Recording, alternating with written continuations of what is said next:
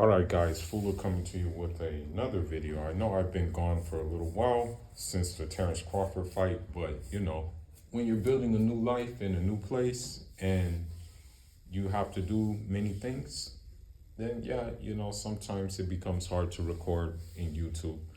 I'm in the process of buying a new camera, and so I can show you, the gym that I box at, and I can show you just the scenery and everything like that.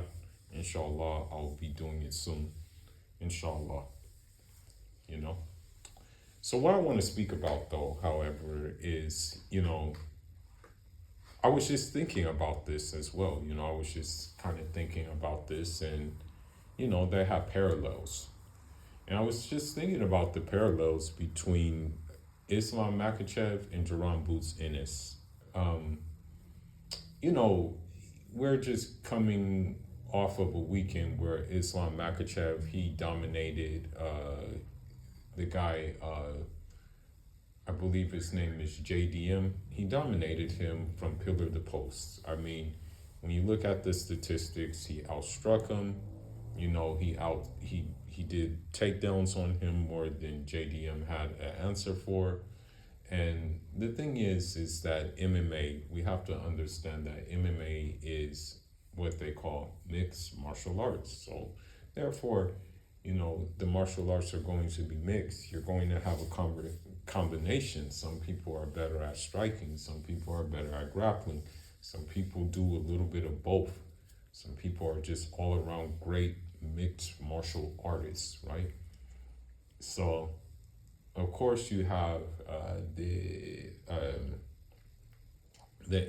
MMA community. Of course, they're not liking the win that Islam Makachev has achieved, because it just showed a level of grappling that JDM did not have. And then furthermore, it showed that, Islam Makachev was able to take away the things he did well. And that was investing into the leg kicks, because when you look at the fight, JDM was using a wide stance at first.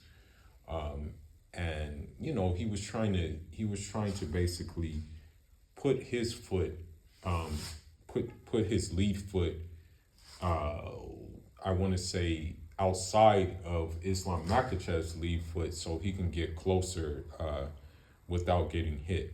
That's why you saw him using a wide stance. And so as a response, Islam Makachev, he invested into the legs, and he went ahead and did his thing. It was pretty much a shutout. A lot of people don't like to admit that it was a shutout, but it was. So yeah. Now, what needs to be said now is when you move on to Jaron Ennis, Ennis's last opponent, by all means, he was someone that, we did not know about, Lima. We never heard about Lima. But at the same time, it was his introduction to the 154 division. And, he did his thing. He blasted him. He blasted him out of there, speed, just aggressiveness, and things of that sort. Now, with Virgil Ortiz, and I'm gonna segue back to Islam Makachev in a minute. Now, with Virgil Ortiz, he claims that Jaron Ennis was ducking him. He claims that they offered Jaron Ennis the fight. He didn't want the fight. He's making all these claims. Jaron Ennis, he gets in the ring after the demolition of Erickson Lubin took place with Virgil Ortiz. He gets in the ring, he calls him out, and things of that sort. He calls him out, says, "Let's get it signed. I'm gonna make you pay for all the things you've been saying." Virgil Ortiz backtracks and says, "I'm just responding to what you've been saying."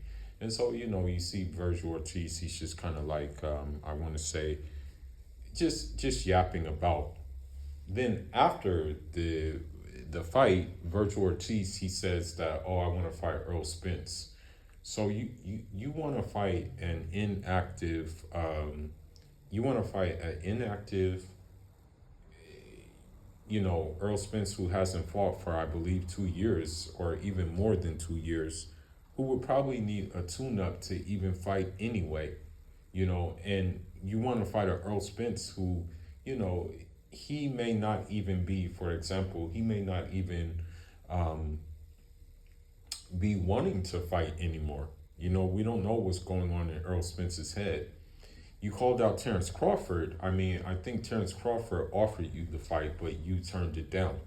So again, there's a lot of inconsistencies with Jaron Ennis. With Virgil Ortiz. There's many inconsistencies. And the thing is, the whole thing is that his managers are saying, okay, you're gonna have to come with 10 million to fight him and things like that, as if he's running something, when he's never been a full champion in his whole career. Jaron Ennis, I believe he was a unified champion at 147. If anything, based off of career merit, Jaron Ennis should be A-side if we're just going to base it off belts. Level of opposition, you can give it to Virgil Ortiz. I guess you can say, you can give it to him.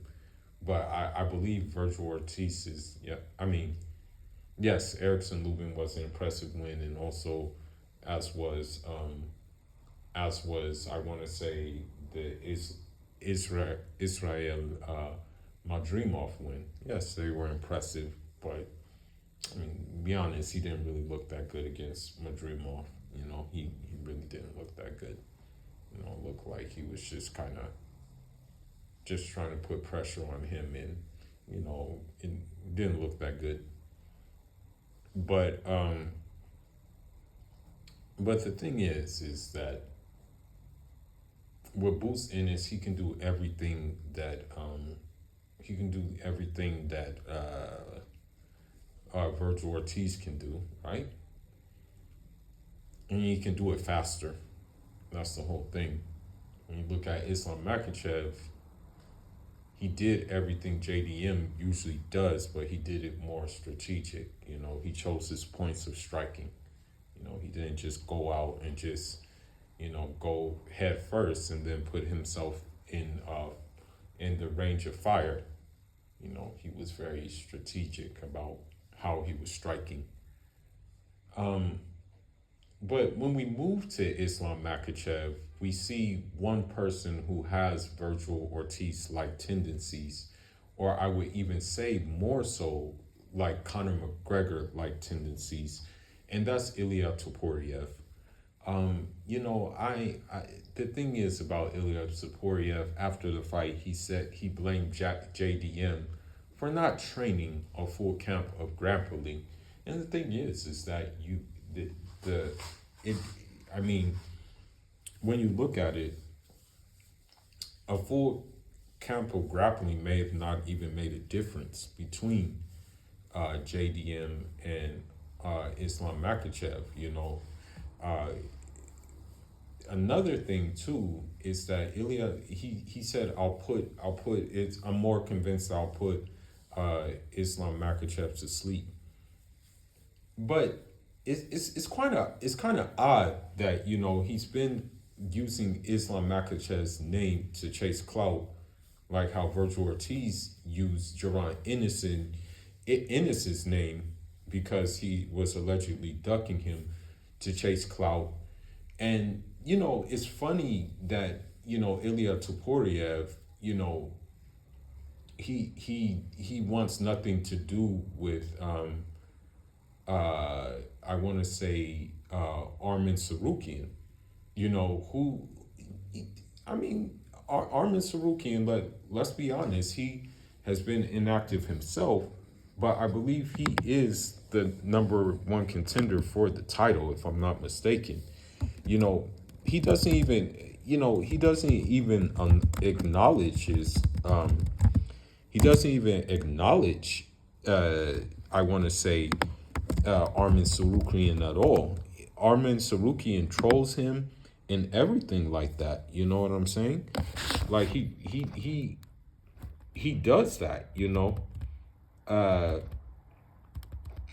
uh and then also on top of that, you know, he thinks that he basically he basically thinks that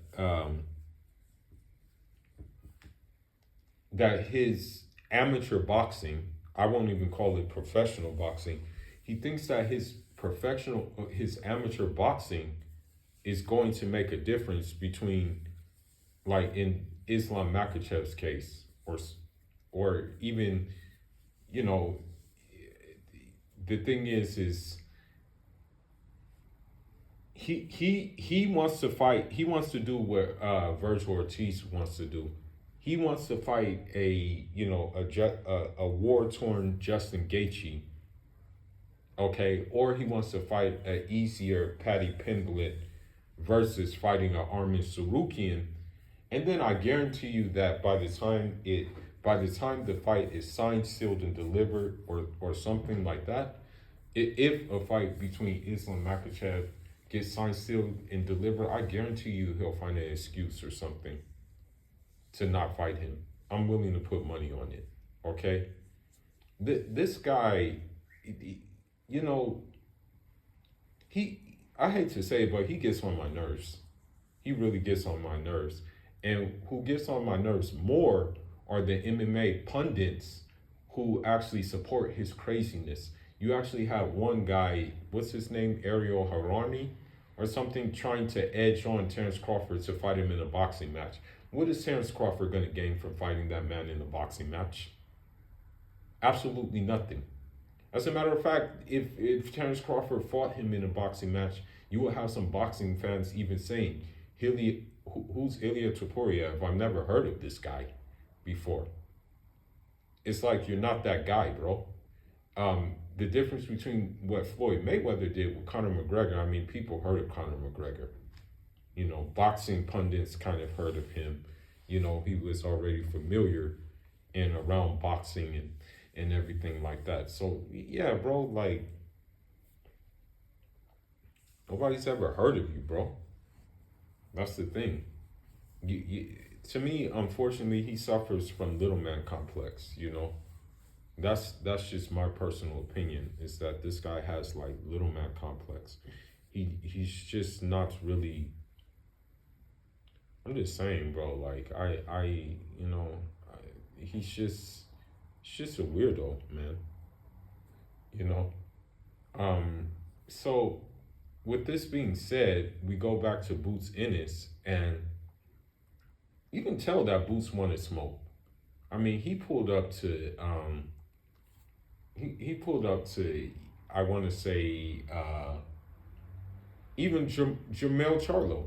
He's like, yeah, said he even said to Jamel Charlo, stay by the phone because you know, if Virgil Ortiz turns this fight down, then you know, we can make it happen. We can mix it up. And then you look at the fact that Virgil Ortiz also didn't want to fight Bakram Mutazeliev. He didn't want to fight him either. You know, like the thing is that taking a war torn Earl Spence is the least form of resistance that you're doing, and it's just very, very weird, you know. Whereas you look at Jaron Boots Ennis, I'm pretty sure he'll be willing to fight Fundora.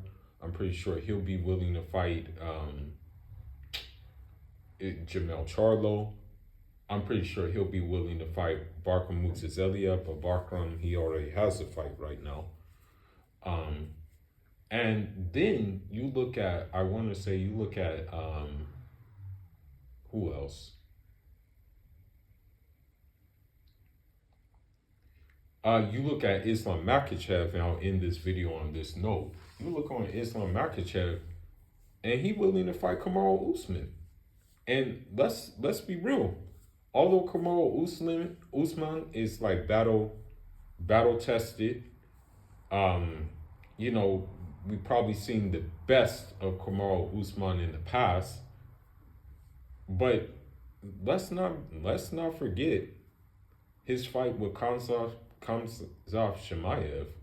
You know, for me, that was a very close fight. You know, he was a live one.